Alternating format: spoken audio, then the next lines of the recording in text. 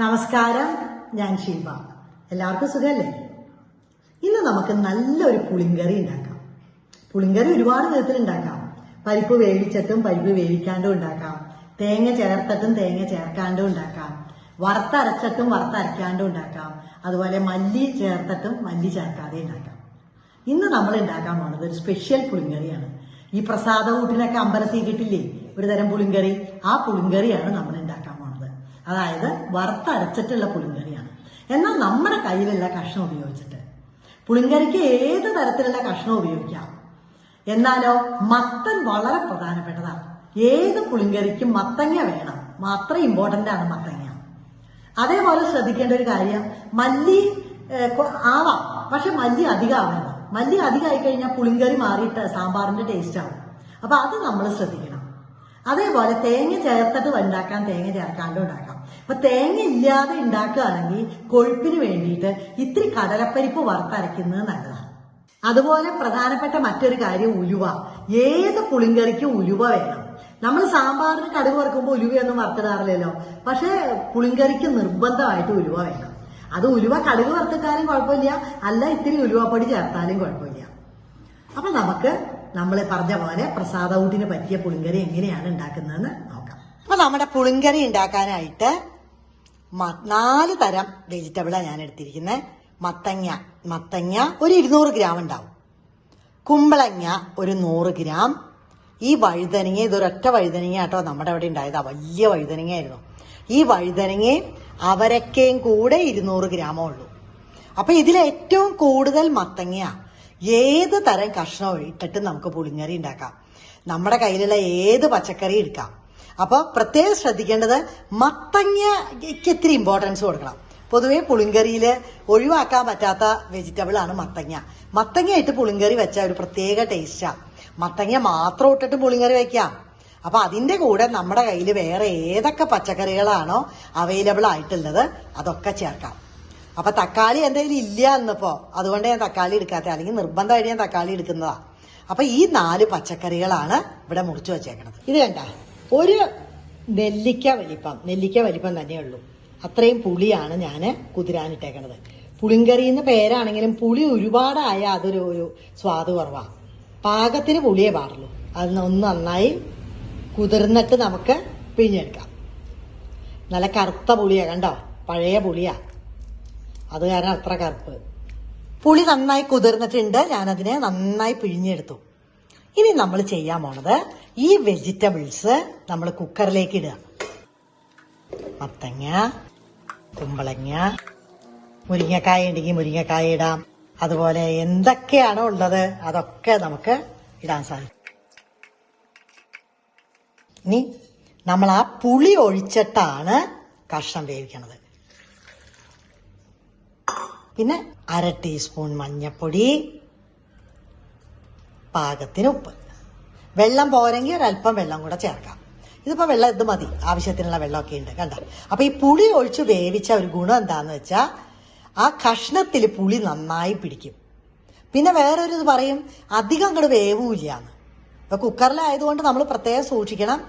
ഒറ്റ വിസില് കഷ്ടിച്ച് വന്നു കഴിഞ്ഞാൽ ഓഫാക്കാം. ഏത് കഷ്ണം അധികം വേവുള്ളതൊന്നും ഇല്ലല്ലോ. അപ്പൊ കുക്കർ അടച്ച് വെയിറ്റ് ഇട്ട് അടുപ്പത്ത് വെച്ചിട്ടുണ്ട്. സ്റ്റൗ ഞാൻ കത്തിച്ചു. ഒരു വിസിൽ വന്നാൽ മതി, ധാരാളം മതിയാവും. ഒരു വിസിൽ വരട്ടെ. അപ്പൊ കഷ്ണം വേവുമ്പോഴേക്കും നമുക്ക് ഇതിന്റെ വറവ് തയ്യാറാക്കാം. അപ്പൊ ഇതിന് വേണ്ടത് 1 ടേബിൾ സ്പൂൺ മല്ലി, 2 ടേബിൾ സ്പൂൺ അരി എടുത്തിട്ടുണ്ട്. മല്ലി എപ്പോഴും ശ്രദ്ധിക്കണം, അധികം ആയിക്കഴിഞ്ഞാൽ അതൊരു സാമ്പാറിന്റെ ടേസ്റ്റ് വരും കേട്ടോ. അത് വളരെ ശ്രദ്ധിക്കാനുണ്ട്. അതുകൊണ്ട് തന്നെ മല്ലി ഇത്തിരി കുറച്ചാൽ നല്ലതാ. അപ്പൊ 2 ടേബിൾ സ്പൂൺ ആണ് അരി പച്ചരി എടുത്താലും കുഴപ്പമില്ല, ഇത് പുഴുങ്ങലരിയാണ്. പിന്നെ കുറച്ച് ഉലുവ, ഒരു കഷ്ടിച്ച 1/2 ടീസ്പൂൺ ഉലുവ, ഒരു 5 വറ്റൽമുളക്, പിന്നെ കുറച്ച് കരിവേപ്പില തിരിച്ച് വാടി തുടങ്ങി, വറക്കാനുള്ളതാണല്ലോ എന്ന് ഓർത്തിട്ട് അതെടുത്തത്. ഇതിന് പ്രത്യേകത എന്താ വെച്ചാൽ വേറെ വേറെ വറക്കണം. കാരണം ഈ മല്ലി പെട്ടെന്ന് കരിഞ്ഞു പോകും. മല്ലി കരിഞ്ഞു കഴിഞ്ഞാൽ കറിയുടെ ടേസ്റ്റ് അങ്ങനെ മാറും. അപ്പൊ സ്റ്റൗ കത്തിച്ച് ഞാൻ പാൻ അടുപ്പത്ത് വെച്ചിട്ടുണ്ട്. അപ്പൊ ആദ്യം ഞാൻ മല്ലി ഒന്ന് വറുത്തെടുക്കുക. ഓരോന്നും വേറെ വേറെ തന്നെ വറുത്തെടുക്കുകയാണ് നല്ലത്. മല്ലി കരിഞ്ഞു കഴിഞ്ഞാൽ കറിയുടെ ടേസ്റ്റ് പിന്നെ പറഞ്ഞിട്ട് ഒരു കാര്യമില്ല. മല്ലിയായി,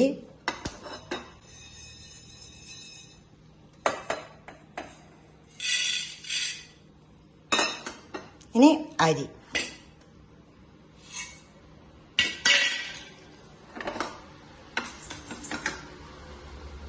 അരിയൊക്കെ വറക്കുമ്പോൾ ഹൈ ഫ്ലെയിമിലിട്ടിട്ട് വേണം വറക്കാൻ.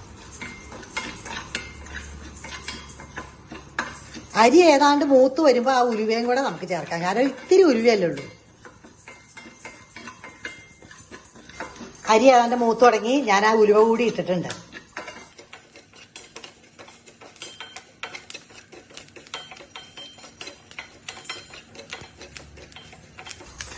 മൂത്തിട്ടുണ്ട്.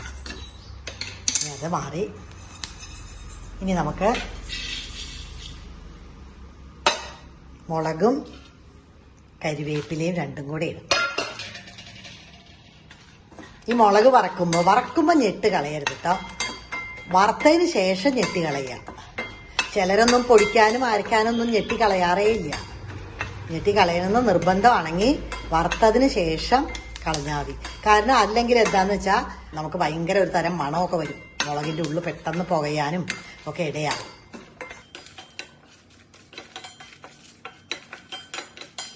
അപ്പം നമ്മുടെ മുളകും കരിവേപ്പിലയും ഒക്കെ മൂത്തിട്ടുണ്ട്. റോസ്റ്റായി. തീ ഓഫാക്കി. ഇനി എല്ലാം കൂടെ ഒരുമിച്ചാക്കാം. പൊടിക്കുമ്പോഴൊക്കെ എല്ലാം കൂടെ ഒരുമിച്ച് പൊടിക്കാം. വറക്കുമ്പോൾ മാത്രമേ ശ്രദ്ധിക്കേണ്ടതുള്ളൂ. ഇനി അത് നന്നായി ചൂടാറിയിട്ട് നമുക്കിത് പൊടിച്ചെടുക്കാം. അത് നന്നായി ചൂടാറി. അപ്പം ഞാനൊരു മിക്സിയുടെ ഡ്രൈ ജാറിലേക്ക് ഇട്ടിട്ടുണ്ട്. അപ്പം ഇത് പൊടിക്കുക ആദ്യം. അപ്പം ആദ്യം ഡ്രൈ ആയിട്ട് പൊടിച്ചെടുക്കണം. എന്നിട്ട് ഇത്തിരി വെള്ളം ഒഴിച്ച് നന്നായി അരച്ചെടുക്കാം. കണ്ടോ, നല്ല അസലായി പൊടിച്ചിട്ടുണ്ട്. ഇനി ഇതിൽ കുറച്ച് വെള്ളം ഒഴിച്ച് അരച്ചെടുക്കാം ആവശ്യത്തിന്. കാരണം കൂടുതൽ വെള്ളം ഒഴിക്കരുത്. വേണ്ട, നല്ല അസലായി അരഞ്ഞിട്ടുണ്ട്. നല്ല വെണ്ണ പോലെ അരഞ്ഞിട്ടുണ്ട്. ഇനി നമ്മുടെ കഷ്ണം വെന്തോന്ന് നോക്കാം. അപ്പൊ നമ്മുടെ കഷ്ണം കുക്കറിൽ നമ്മൾ പുളി, മഞ്ഞപ്പൊടി, ഉപ്പ് ഇട്ട് വേവിക്കാൻ വെച്ചിട്ടുണ്ടായിരുന്നു. ഒരു വിസിൽ വന്നപ്പോൾ അത് ഓഫാക്കിയിട്ടു. എന്താ കണ്ടീഷൻ നോക്കാം.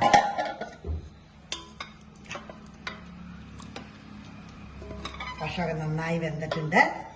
ഇനി ചെയ്യേണ്ടത്, നമ്മൾ അരച്ചു വെച്ചല്ലോ നമ്മുടെ വറുത്ത സാധനങ്ങള് ആദ്യം പൊടിച്ചു, പിന്നെ നമ്മൾ വെള്ളം ഒഴിച്ച് അരച്ചു. അപ്പൊ അത് നമ്മൾ കറി ചേർക്കാൻ പോവാം.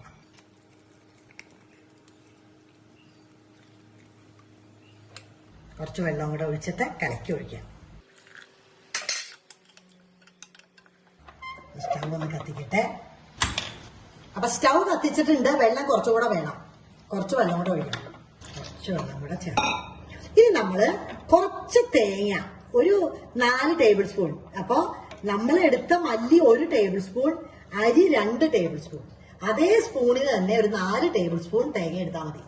ഒരു കൈപ്പിടി തേങ്ങ. ആ തേങ്ങ വെറുതെ തേങ്ങ മാത്രം അരച്ച് ചേർക്കാം. കേട്ടോ, 4 ടേബിൾ സ്പൂൺ തേങ്ങ. അത് കുറച്ച് വെള്ളം ഒഴിച്ചിട്ട് നല്ല വെണ്ണ പോലെ അരച്ചെടുക്കണം. നമ്മൾ മസാല അരച്ച ജാറാണ്, അതുകൊണ്ട് തന്നെ ഞാൻ കഴുകിയില്ല. നന്നായി അരക്കാം. അപ്പൊ കറി തിളക്കുന്നുണ്ട്. കണ്ട, ഇനി നമുക്ക് ആ തേങ്ങ അരച്ചത് ചേർക്കാം. അപ്പൊ തേങ്ങ വേറെ ഒന്നും നമ്മൾ ചേർക്കാണ്ട് വെറും പ്ലെയിൻ ആയിട്ട് തന്നെ അരച്ചെടുത്തത്. വെണ്ണ പോലെ അരക്കണം. വൃത്തിയായി അരഞ്ഞിട്ടില്ലെങ്കിലുണ്ടല്ലോ ആ കറിക്ക് ആ ടേസ്റ്റ് വരില്ല. ഇത്തിരി കൂടെ വെള്ളം ഒഴിച്ചിട്ട് കറക്കി.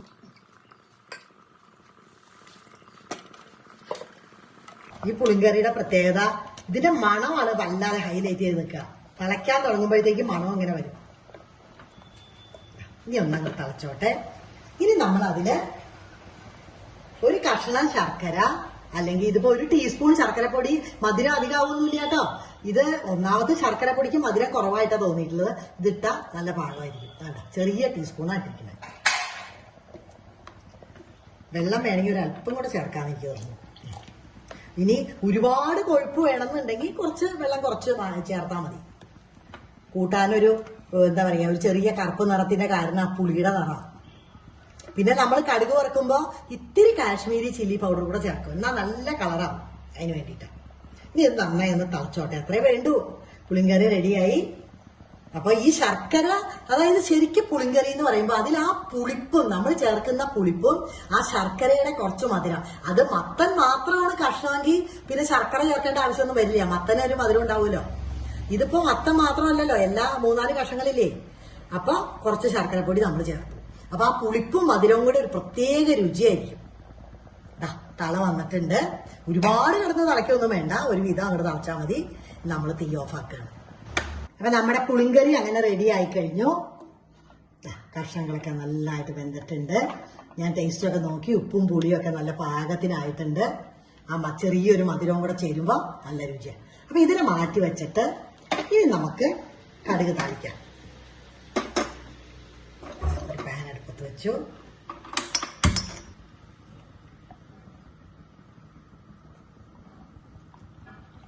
ഒരു 1.5 ടേബിൾ സ്പൂൺ കഷ്ടിച്ച് വെളിച്ചെണ്ണ വെച്ചിട്ടുണ്ട്.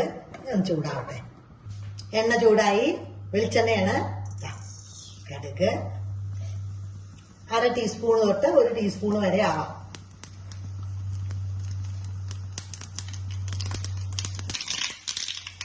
ഇത് നോക്കിയോളൂ, എന്താ 2 മണി ഉലുവ. ഈ പുളിങ്കറിക്ക് വളരെ നിർബന്ധമായ കാര്യമാണ് ഉലുവ. 2 മണി ഉലുവ. ഇനി വറ്റൽ മുളക്, കരിവേപ്പില.